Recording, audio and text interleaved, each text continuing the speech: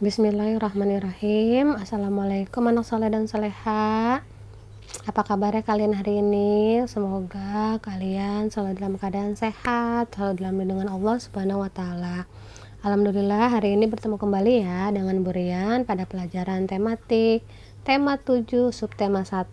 Tapi hari ini kita sudah masuk ke pembelajaran 4, 5, dan 6. Seperti biasa, Ibu Guru selalu mengingatkan 3M-nya harus terus dilaksanakan, harus terus dijaga agar pandemi ini cepat berakhir. Dan sebelum kita mulai pembelajaran, kita berdoa dulu ya anak-anak. Nah, selanjutnya kita mulai ke pembelajaran keempat.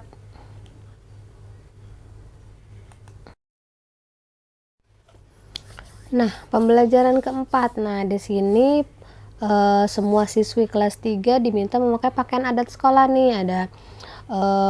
Ada siapa? Edo memakai baju dari Papua, ada Udin memakai baju dari Sunda, Dayu memakai baju dari Bali, dan teman yang lainnya juga memakai baju khas dari daerahnya masing-masing. Nah, mereka juga membawa makanan khas daerah, karena setiap daerah itu memiliki ciri khas makanannya masing-masing. Ini juga sudah Ibu Guru jelaskan ya di tema-tema sebelumnya ya.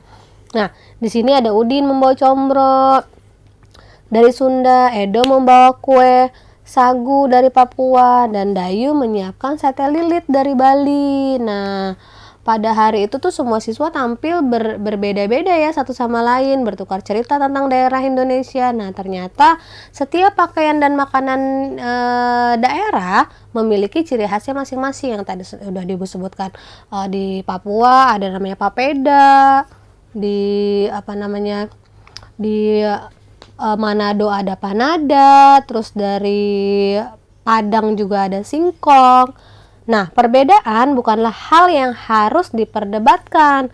Walau setiap siswa itu berasal dari daerah yang berbeda, namun satu sama lain tetap saling menghargai. Nah, tidak ada yang merasa lebih baik ataupun lebih hebat. Nah, Indonesia itu terbagi menjadi beberapa daerah. Nah, setiap daerah itu memiliki pakaian adat yang beragam atau berbeda-beda.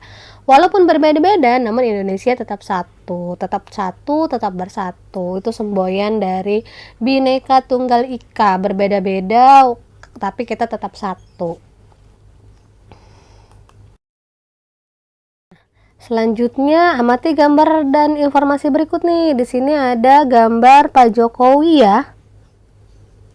Pak Jokowi, Pak SBY. Pada perayaan kemerdekaan RI ke-72 yang bertempat di Istana Merdeka, Presiden RI Joko Widodo beserta para tamu undangan menggunakan pakaian adat dari berbagai daerah di Indonesia. Nah, walau memakai pakaian yang berbeda, setiap orang saling menghargai perbedaan tersebut.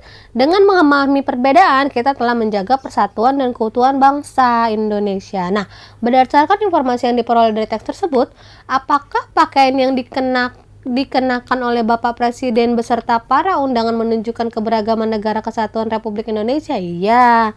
Pakaian-pakaian yang dikenakan itu menunjukkan keberagaman negara kesatuan Republik Indonesia. Walaupun beragam, tapi tetap menjaga persatuan dan keutuhan bangsa Indonesia. Nah, apakah penting bagi kita untuk menghargai keragaman? Penting ya. Menghargai keragaman itu penting. Kenapa sih penting? Karena itu untuk tidak terjadi perpecahan, perperangan, perseteruan ya, permusuhan. Makanya menghargai keberagaman itu penting ya.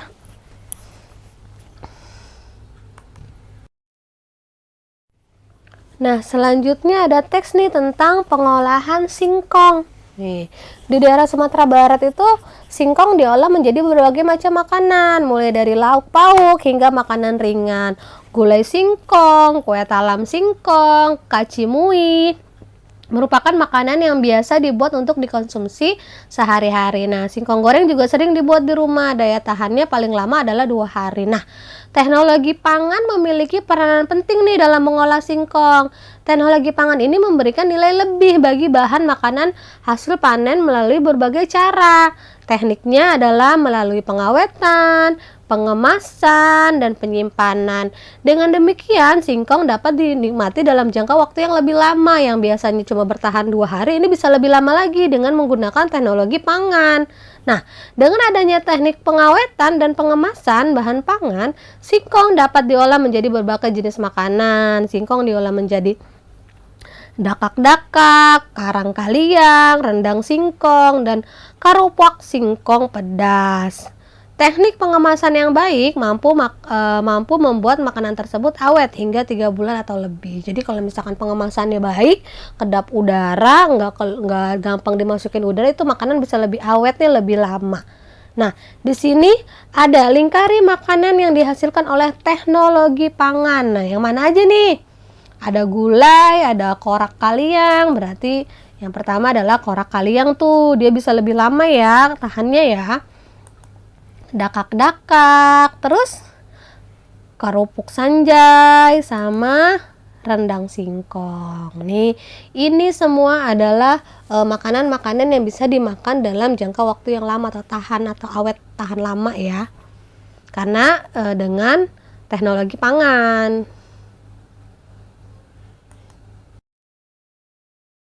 Nah, selanjutnya melanjutkan yang kemarin nih, gerak dasar mengambang. Di sini adalah ada cara-cara gerak dasar mengambang dapat dilakukan atau tahap-tahapnya sebagai berikut nih. Tahap-tahapnya bisa kalian lihat pada halaman 38 ya anak-anak ya. Nah, Benny bercoba melatih lagi nih mengambang sendiri di dalam kolam yang dangkal, dan tahap-tahapnya adalah sebagai berikut. Nih, tahap-tahapnya ada di halaman 38, bisa kalian lihat ya. Nanti kalian praktekkan jika kalian sedang berlibur sama keluarga kalian ke tempat berenang. Tapi kalau sekarang masih belum ya, karena masih pandemi, itu bahaya. Mendingan kita di rumah saja. Nah, sekarang kita masuk ke pembelajaran kelima nih. Tidak jauh dari tempat tinggal Udin terdapat sebuah peternakan sapi. Sapi perah nih, pemiliknya mengizinkan Udin dan temannya untuk berkunjung. Tentu saja Udin dan teman-temannya merasa senang nih. Nah, Udin itu diberi teks bacaan nih tentang susu sapi. Pengolahan susu sapi. Nah, nih teksnya. Susu sapi merupakan hasil utama dari sapi perah. Susu sapi itu segar. Susu sapi segar memiliki daya tahan sekitar 5 jam saja. Tapi kalau misalkan dia udah masuk ke teknologi pangan, itu bisa menghasilkan jenis makanan baru. Teknologi pangan juga menjaga agar makanan tetap awet, jadi bisa tambah lama ya. Susu itu perlu diolah dengan baik supaya gizi dalam susu itu dapat dinikmati kapan saja. Nah, susu sapi itu dapat diolah menjadi berbagai jenis makanan. Contohnya ada yogurt, keju, permen, mentega, hingga es krim. Nah, hasil olahan susu sapi itu biasanya sangat disukai oleh anak-anak. Dalam proses pengolahan susu, yang paling penting setelah hasilnya adalah cara mengemasnya. Nah, pengemasan produk ini dapat menentukan daya tahan makanan itu lama atau tidak nih. Daya tahan susu yang dikemas dengan plastik biasa akan berbeda dari susu yang dikemas dengan kardus atau kedap udara. Dan plastik biasa kuat berapa hari. Nah, untuk kardus yang kedap udara itu bisa berbulan-bulan. Nah, di sini marilah cari arti kata tersebut menggunakan kamus. Nah, daya tahan itu artinya apa sih? Daya tahan itu suatu kemampuan untuk bertahan atas segala pengaruh yang datangnya dari luar. Yang tadi Ibu Guru bilang ya, daya tahan itu yang tadi dia tuh bisa kuat berapa lama nih, kemampuan bertahan untuk berapa lama nih. Kalau terus teknologi itu artinya suatu metode yang bersifat ilmiah yang digunakan dalam mencapai tujuan yang praktis. Jadi metode yang bersifat ilmiah digunakan untuk mencapai tujuan-tujuan tertentu ya. Pengemasan artinya suatu proses atau suatu cara mengemas atau mengemasi, itu pengemasan. Nah, kedap udara artinya sifat yang tidak gampang dimasuki udara atau tidak dapat ditembus udara, itu sebutnya kedap udara. Nah, makanan yang dibungkus dikemas dengan kedap udara dengan bagus ya pengemasannya, kedap udara itu bisa bertahan lama. Nah, selanjutnya itu Benny dan teman-temannya itu beristirahat tuh. Benny mengajak teman-temannya untuk minum susu. Lani dan Udin menolak ajakan Benny. Maaf Benny, aku tidak bisa minum susu karena aku memiliki alergi terhadap susu sapi. Nah, katanya dia lebih baik minum air yang sudah dia bawa, atau lebih baik minum yogurt katanya. Nah, setiap orang itu memiliki pilihan yang berbeda. Benny menghargai itu pilihan teman-temannya. Benny tidak marah walaupun ajakannya itu ditolak. Nah, kebiasaan yang berbeda itu merupakan bagian dari keberagaman ya. Jadi walaupun kita berbeda, kita jangan marah walaupun kita berbeda dengan teman kita. Misalkan teman kamu itu suka telur, kamu nggak suka telur, tapi kamu maksa teman kamu untuk makan telur yang kamu bawa, misalkan, itu nggak boleh ya, tidak boleh memaksakan, karena kan nggak semua orang suka. Yang tadi, seperti tadi tuh yang ditawarin Benny, nawarin susu karena dia nggak mau, karena itu alergi sapi, alergi susu sapi. Karena kalau misalkan dia minum itu bisa ntar terjadi membahayakan kesehatan tubuhnya ya. Nah, dengan memahami keberagaman atau macam-macam sifat dan ciri-ciri setiap individu, sifat tenggang rasa dalam diri kita itu akan terasa. Nah, tenggang rasa itu apa sih? Tenggang rasa itu kita dapat menghargai perasaan orang lain. Ya. Jadi tenggang rasa itu kita dapat menghargai perasaan orang lain. Kita nggak boleh memaksakan sesuatu kepada orang lain. Nah, selanjutnya kita akan belajar tentang volume benda. Nah, volume itu adalah isi. Nah, di sini ada gambar 3 kemasan susu ya, susu kardus. Nah, yang pertama kemasannya besar, sedang, sama pouch, ini kayak yang kecil gitu ya. Nah, dilihat nih, kemasan A diisi dengan susu yang terdapat dalam kemasan B. Nah, ternyata satu kemasan A itu sama dengan 2 kemasan B yang kecil. Nah, kemudian kemasan A diisi lagi nih sama susu yang bagian C nih, yang pouch ini yang kecil lagi nih. Ternyata juga satu kardus kemasan A ini sama dengan 4 kemasan C nih, 4 kardus kemasan C nih. Maka volume kemasan A, B, dan C itu berbeda. Kemasan susu merupakan satuan volume yang tidak baku, satuan volume yang tidak baku. Nah, ini volume yang A ini ternyata berisi 2 kali B, dan yang kalau diisi dengan yang C ternyata isinya 4 kali C, 4 kali kemasan C maksudnya. Nah, ini disebut volume ya, isi. Nah, selanjutnya, nah, di sini kita membandingkan volume benda nih. Di sini kan ada gambar galon tuh ya. Galonnya ada yang besar, galon besar, tempat botol aqua kecil, kecil sampai ke gelas. Nah, di sini kita disuruh bandingkan nih. Amati gambar berikut. Urutkan kotak susu di atas mulai dari kotak yang bervolume paling sedikit hingga kotak yang bervolume paling banyak. Berisi sedikit sama berisi banyak. Volume kan sama aja isi ya. Nah, dilihat nih. Berarti yang pertama dari yang sedikit adalah nomor 3, ya kan? Selanjutnya ini nomor 2, selanjutnya nomor 1. Nah, ini urutannya ya. Dan Ibu Guru yakin kamu bisa mengurutkan seperti ini ya, karena kan terlihat biasanya dalam kotak susu tuh ada yang 500 ml, 250 ml, 120 ml. Berarti kamu sudah bisa mengurutkan ya, mana volume isi yang paling sedikit ke paling besar atau paling besar ke paling sedikit. Selanjutnya kita masuk ke pelajaran 6. Nah, di sini ada teks tentang cara membuat tempe. Nah, kedelai ini merupakan hasil perkebunan yang memiliki banyak manfaatnya. Tempe adalah salah satu hasil teknologi pangan dari kedelai. Nah, cara membuatnya cukup mudah. Bisa kalian baca sendiri nih ya cara membuatnya ya pada teks halaman 51 dan 52. Nah, kacang kedelai dapat dikonsumsi dalam bentuk yang baru, yaitu tempe tadi ya, melalui teknologi pangan. Nah, teknologi pangan ini bermanfaat agar kedelai dapat dinikmati sebagai jenis makanan baru. Nah, zat gizi pada tempe dapat memperbaiki sel-sel tubuh yang rusak. Nah, dari kedelai ini melalui teknologi pangan bisa menjadi jenis makanan baru ya, bukan hanya kedelai doang kita makan, itu bisa jadi tempe, terus bisa jadi tahu, bisa jadi kecap. Nah, itu dengan melalui teknologi pangan. Nah, selanjutnya ini temen Siti, Dayu, Lani, Udin, dan Edo itu ikut membuat tempe nih. Siti harus mengisi panci dengan air. Panci yang tersedia berukuran besar. Gelas untuk menuang air berukuran kecil. Nah, Siti itu menghitung banyaknya gelas yang berisi air agar panci terisi sampai penuh. Nih, dilihat gambarnya. Nah, satu panci terisi penuh air setelah dituang 9 gelas satuan. Nih, satu panci ini bisa penuh kalau diisi 9 gelas satuan ini nih. Artinya volume satu buah panci itu setara dengan 9 gelas satuan. Seperti yang tadi, volume kemasan susu A setara dengan 4 kotak susu kemasan B, ya kan, yang tadi. Nah, selanjutnya dilihat nih. Jika air di gelas dituangkan ke dalam panci, lingkari volume air yang lebih banyak. Nah, di antara ini dua ini, volume air yang lebih banyak yang mana? Yang atas apa yang bawah?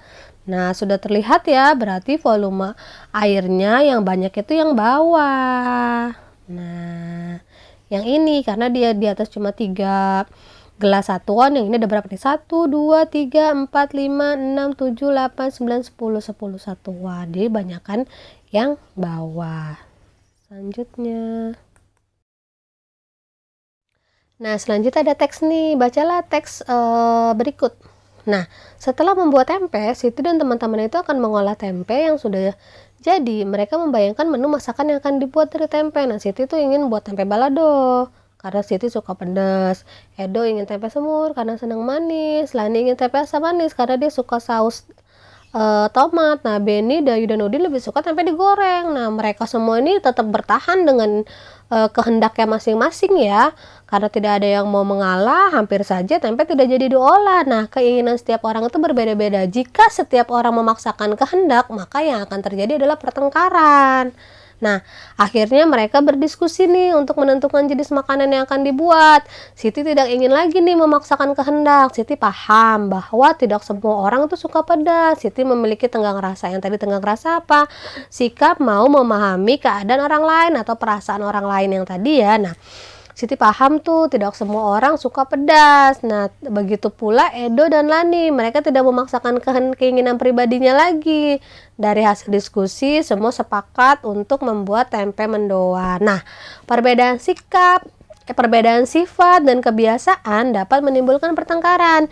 Jika tidak ada yang mau mengalah, sikap itu tentu saja tidak baik. Perbedaan sifat dan kebiasaan tidak akan menjadi masalah jika bertoleransi terhadap sifat dan kebiasaan orang lain. Jadi kita ngasih toleransi, ngasih tenggang rasa sama orang lain. Jadi nggak semua kehendak yang kita miliki itu harus diturutin, harus tercapai. Tidak, kalau misalkan kita memiliki sifat yang seperti itu, pasti yang terjadi adalah pertengkaran, permusuhan, tidak ada perdamaian. Makanya kita harus saling menghargai, menghormati, memahami keadaan orang lain ya, yang tadi tenggang rasa. Kita harus tumbuhkan rasa tenggang rasa itu ya. Nah, selanjutnya di sini ada nih beberapa sifat ya, kebiasaan pada setiap orang. Dilihat ya, ada muncul sikap tenggang rasa, berbeda pendapat, perang antar suku. Ini semua ada list-listnya ya, dilihat. Tuliskan kembali sikap yang perlu ditiru dan dihindari jika terdapat perbedaan pada tabel tersebut. Nah, berarti yang perlu ditiru apa nih pada yang tadi sudah karena kan sebenarnya harusnya kita berdiskusi ya, karena kita nggak bisa berdiskusi karena kita sedang PJJ, jadi Ibu Guru langsung tampilkan saja nih yang seperti di buku. Nah, mana sih yang harus ditiru dari sikap-sikap seperti ini nih? Dari lisan persikap seperti ini, mana yang harus ditiru, mana yang perlu dihindari. Nah, Ibu Guru kasih contoh satu nih. Menghargai perbedaan. Nah, menghargai perbedaan itu perlu ditiru ya. Yang tadi tidak memaksakan kehendak. Memang kita semua pasti berbeda, tidak sama. Nah, yang perlu dihindari itu apa? Memaksakan kehendak tadi. Karena kalau kita memaksakan kehendak kita, pasti yang ada akan terjadi pertengkaran. Nah, sikap yang perlu ditiru itu memberikan akibat yang positif atau baik. Tapi sikap yang harus dihindari itu adalah sikap yang dapat memberikan akibat negatif dan atau tidak baik. Nah, di sini bisa kamu lanjutkan kembali ya.